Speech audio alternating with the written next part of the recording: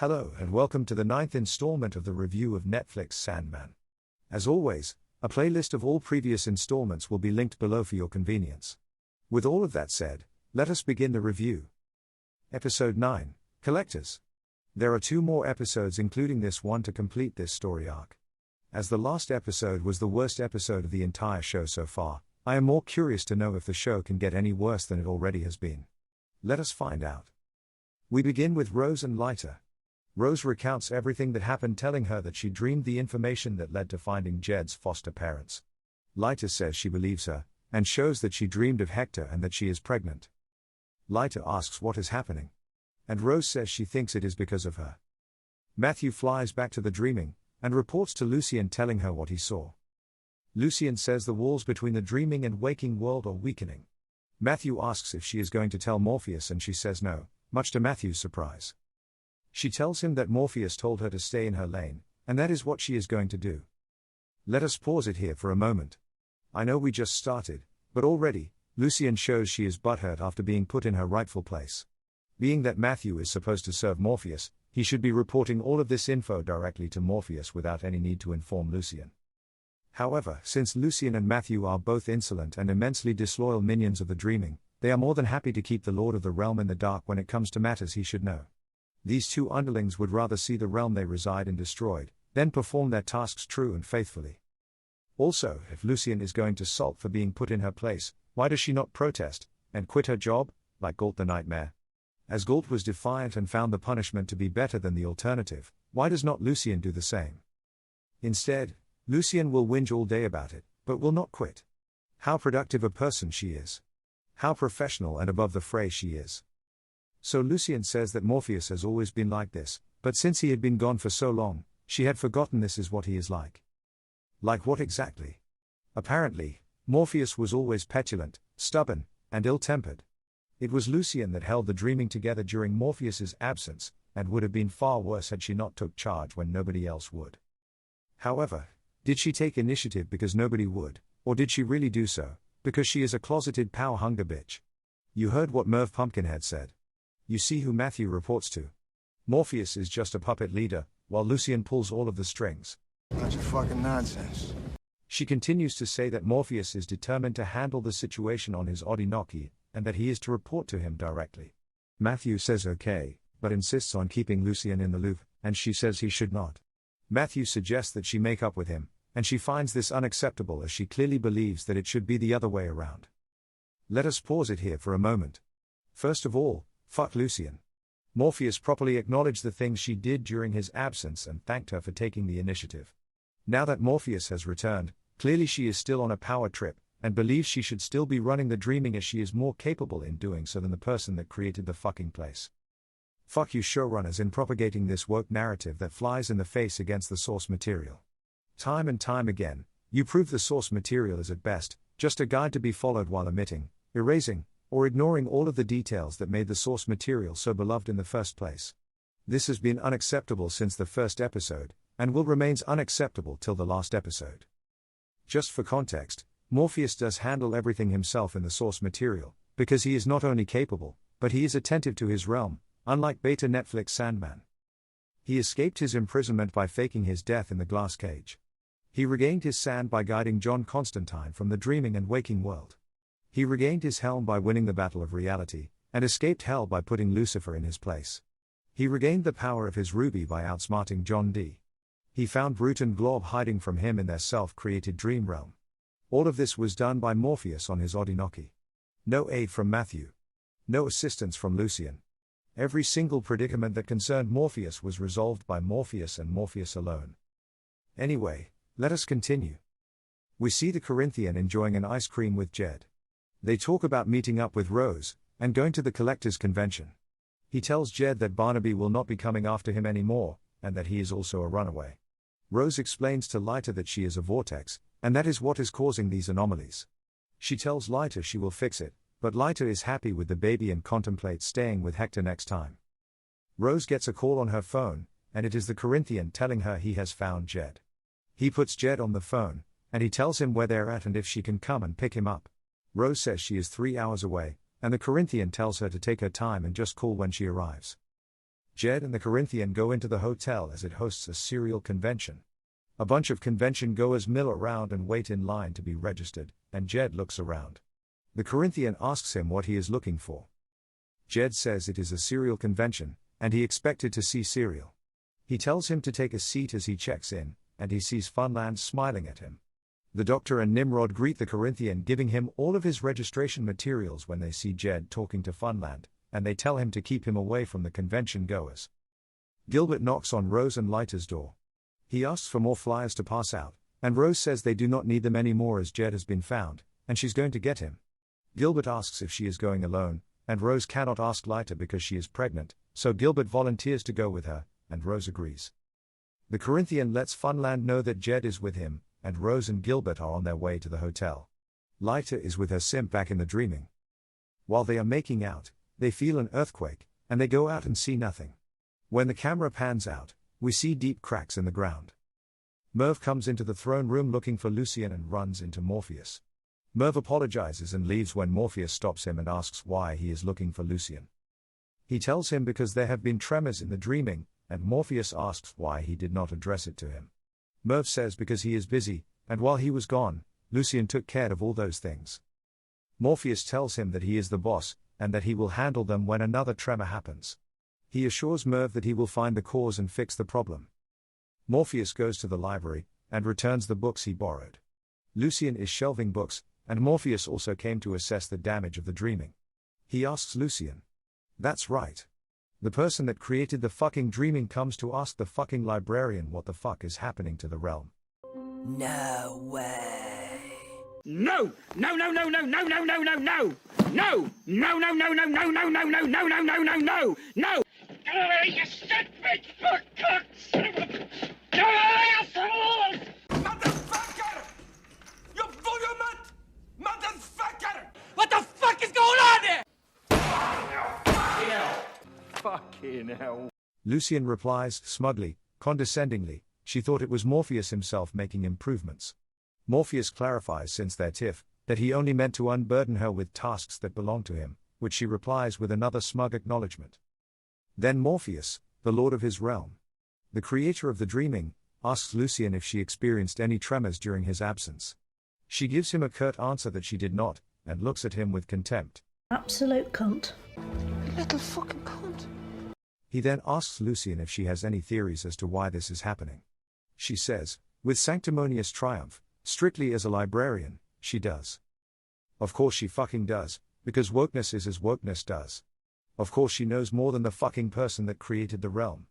Of course she knows more than the person that has most probably experienced these exact same issues in the past. And why does she know more? Because she is black and she is a woman. Even though the so-called white patriarchy created the realm from nothing, gathered all the denizens to populate his realm, including the disloyal Lucien and Matthew, the black woman knows how to run the realm better, and knows the causes of the damage of the realm. If Morpheus is the dreaming, as Lucien stated in the first episode, does it not make sense that Morpheus knows what ails the dreaming? Also, since he has already encountered and dealt with previous dream vortexes, how can he not know what the cause is? Anyway, Lucien says it's the dream vortex. However, Morpheus says Rose has been in the dreaming already and caused no damage and it is something else. Lucien suggests if it is something else and something he did not create, then how did it get here, and reassures him that it's because of the vortex. Let me pause it here for a moment of personal commentary. A long time ago, a movie called Transformers came out. I knew it was directed by Michael Bay, and I knew it was written by the dynamic dunces known as Alex Kurtzman and Roberto Orci. Yet, I still had a curiosity to watch it. When it was released on DVD, I rented it knowing I was going to be in for a slog of pointless banter and craptastic action. As the movie played, I expected this, and said okay.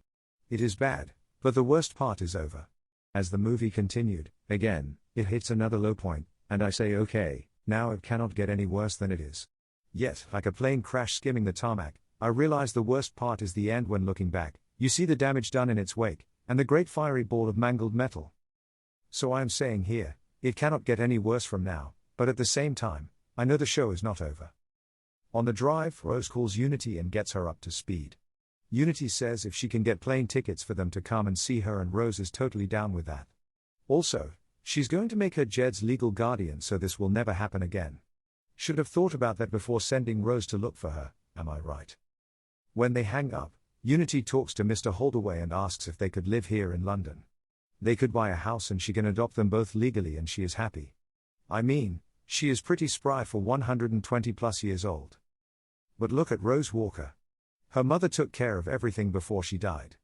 Goes to England and finds a rich sugar great-grandmama that gives her a salary. And once she gets Jed, gets to live in a house in London where she can stare out the window and write at a leisurely pace, all without the burden of paying a single bill. That is life in a woke paradise. Other people pay your bills for you, as you sit around and do nothing productive in life. Anyway, Rose tells Gilbert about her phone call when they talk about Jed. She says he was only 5 years old when she last saw him and maybe they have grown apart. She remembers his favorite meal was chicken fingers. Back in the hotel room, Jed is wearing a hotel robe eating a huge plate of chicken fingers, and watching cartoons. The Corinthian tells him he is going to the convention and Jed wonders why he cannot come. The Corinthian tells him it is just boring adults talking, and tells him not to leave the room and wait for her sister, and not to answer the door unless it is him. The Corinthian leaves and the second he is out of sight, Jed leaves. You little fucking cunt. You fucking asshole. You fucking child. This person saved him from an abusive uncle, gave him ice cream and chicken fingers, and found his sister, and he cannot obey a few simple instructions? And we are supposed to be sympathetic towards Jed. We do not know anything about Jed's upbringing with his foster parents. However, we do know that Clarice was kind to him, and Barnaby was disciplinary. Yet we do know that he did get to sleep in his room for a time, so it was not the cellar all the time, like the source material. Again, there is not a single mark on him showing any signs of physical abuse, and yet he was supposedly. If he was, and his current adult guardian asks him to stay in the room, and his first action is to disobey, why would I be sympathetic to a disobedient kid? His actions here prove he was disobedient when under Barnaby's care, and his disciplinary actions of him now seem just. Now the kid playing Jed is rubbish, and every time he is on screen, he is annoying just to look at. Now the show is making him even more annoying, and we are supposed to root for him. Ask yourself, and be honest. Do you wish Barnaby was in the room with Jed at that moment? In the hotel ballroom, the collectors gather to hear the opening speech of the event. They give the rules of etiquette and the Corinthian is introduced as the guest of honor, much to the delight of all the attendees. Jed, from a doorway, is spying the meeting. Much more interesting for a 12-year-old than watching Justice League animated. Again, we were just told by Rose that his favorite food is chicken fingers, and we last saw the fuck kid with a huge platter of chicken fingers in front of him. So why would he leave his favorite feast looking for cereal? Unfortunately, Jed only becomes more and more insufferable as the show goes on. Gilbert is talking to Rose, and she gets bored and falls asleep. She dreams and sees Lyta outside her house. Lyta says it has been months, but it has only been 2 hours in the waking world. They walk towards the house, and Morpheus and Matthew watch from afar. Morpheus tells Matthew to tell Lucian she was right about tremors. Fucking beta male. Some lord of dreams he turned out to be. Morpheus says he will deal with this, and begins walking towards the house. As Lyta and Rose arrive, Morpheus is already there with a grim-looking Hector. Rose tells Lyta who Morpheus is, and she asks what he wants. Hector tells her that he wants them to leave and she asks why. Morpheus tells him that a ghost is not allowed to hide in the dreaming. The cracks in the dreaming are caused by them. Hector asks if there is anything they can do, and Morpheus says to go back to the land of the dead that was designated to him. Morpheus apologizes and tells them to make their farewells. Hector goes to Lyta as a simp would do. Lyta says he does not want to lose him again and tells Morpheus to leave. Morpheus, finally doing something Morpheus would do, says enough, and banishes him to the dead. Morpheus then says the baby is Lyta's for now. Since it was conceived in the dreaming, it is his and one day, he will come for it. Rose and Lyta protests and Morpheus ends the dream. Morpheus ends up back in his throne room and Rose is behind him berating him. She lectures him and she ends the conversation. Let us pause it here for a moment. There was a glimmer. A fleeting glimmer of the Morpheus from the source material only to be immediately extinguished by a person that has never worked a minute of her life.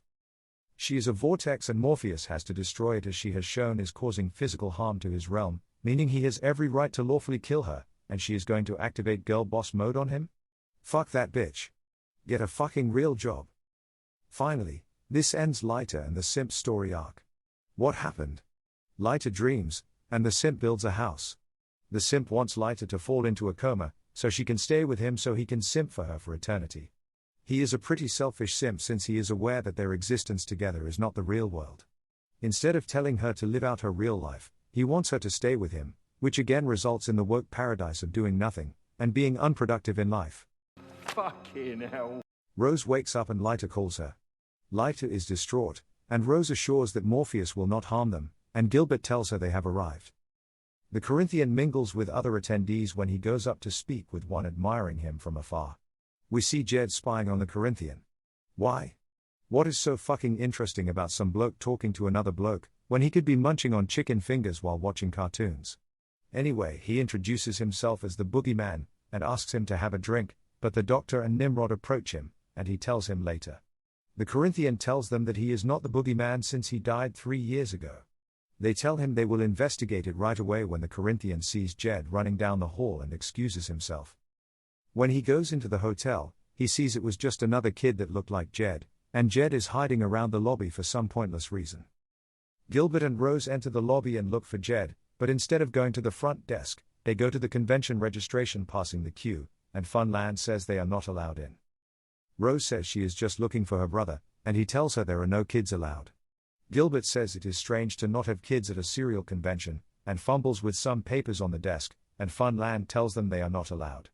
They walk away, and we see that Rose stole a couple of name tags when he was not looking. Let us pause this fucking retardedness. Every hotel has a front desk. Why would the first thing to do is look through a hotel convention when she has no reason to believe Jed is attending? Again, it can't get any worse than this, can it? Gilbert eavesdrops a couple of convention panels as panelists talk about their profession, and is horrified to hear what is said. The Corinthian learns who the imposter is, and the doctor and Nimrod asks if the Corinthian would like to collect him himself. He says yes, and they both ask if they can watch him work and he agrees, or they can share the experience together. Rose calls the Corinthian again, but he does not answer and continues looking for him. Still, she has not thought about going to the front desk yet, and this is supposed to be our intrepid hero of this story arc. You fucking child. Gilbert goes to the front desk. About fucking time. He asks to leave a message for Rose Walker. The attendant punches her name in the computer and says she has not checked in yet. Gilbert says she is not a guest of the hotel and the attendant says she has a room reserved. The Corinthian eyes Gilbert again and Gilbert quickly leaves his message and rushes out of the hotel. The boogeyman imposter runs into the Corinthian again, and asks to have that drink now and the Corinthian recommends a more private location. Rose then goes to the front desk. About fucking time, sweetheart. She asks about Jed and presents the flyer for her to see. She sees her name is Rose Walker on the flyer, and she gives her her room key and tells her the message from Gilbert was he is sorry but had to leave. No legal identification or anything. Just some wrinkled flyer is all you need at this fucking hotel. Back in the dreaming, Morpheus is looking for Lucien in the library. Lucien goes to Morpheus urgently needing to discuss something, and Morpheus says me first. Morpheus says she was right and he was wrong. Lucien will always be right when it comes to the white male patriarchy that Morpheus represents. What else is fucking new? Lucien tells Morpheus that Rose has brought Fiddler's Green and the Corinthian together, and she knows this because Fiddler's Green told her. Gilbert walks in as he is Fiddler's Green. He apologizes to Morpheus for leaving, and tells him that he left because Morpheus was gone and he was curious. He tells Morpheus about the Corinthian and he intends to kill Rose Walker. Let us pause it here for a moment. Once again, Fiddler's Green is a denizen of the dreaming. Who is the Lord of the Dreaming again? Morpheus. So why the fuck does Fiddler's Green go to the library and tell Lucien, rather than going straight to the palace and telling Morpheus? In some secluded part of the hotel, the Corinthian makes out with the imposter, when Nimrod and the doctor come in telling him he is not one of them. He pleads that he is, and that he wants to be one of them. The Corinthian then tells him they will teach him, and they all take turns stabbing him. Behind him, Jed walks in, and see them killing the boogeyman, and the Corinthian turns to see Jed. The area they are at is clearly hotel personnel only, so what the fuck is Jed doing there? Him wandering around the lobby is one thing, but to wander around where hotel guests are not allowed, shows he has no respect for any rules given. Not only do I find Jed even less sympathetic, I am now more sympathetic for Barnaby. Now I think there is a reason why he locked Jed in the cellar. He does not listen, obey, or respect authority. You got to throw him in the boot to take him anywhere. You fucking child. Jed runs away, and the Corinthian goes after him. Jed runs into Funland, and Jed tells him they are after him. Funland tells him he will be safe in his room. Back in the dreaming, Fiddler's Green and Lucien chat about Morpheus. He says he has changed, and he practically gave her an apology, and Lucien tells Fiddler's Green that Rose is a vortex, and he realizes that Morpheus will have to kill her. Rose goes to the room and calls for Jed, and Jed and Funland are down the hall. Jed hears Rose, and they run to each other and embrace. Funland grabs Jed, and says he is his friend, and they get into a scrum until Jed elbows Funland, and they run away.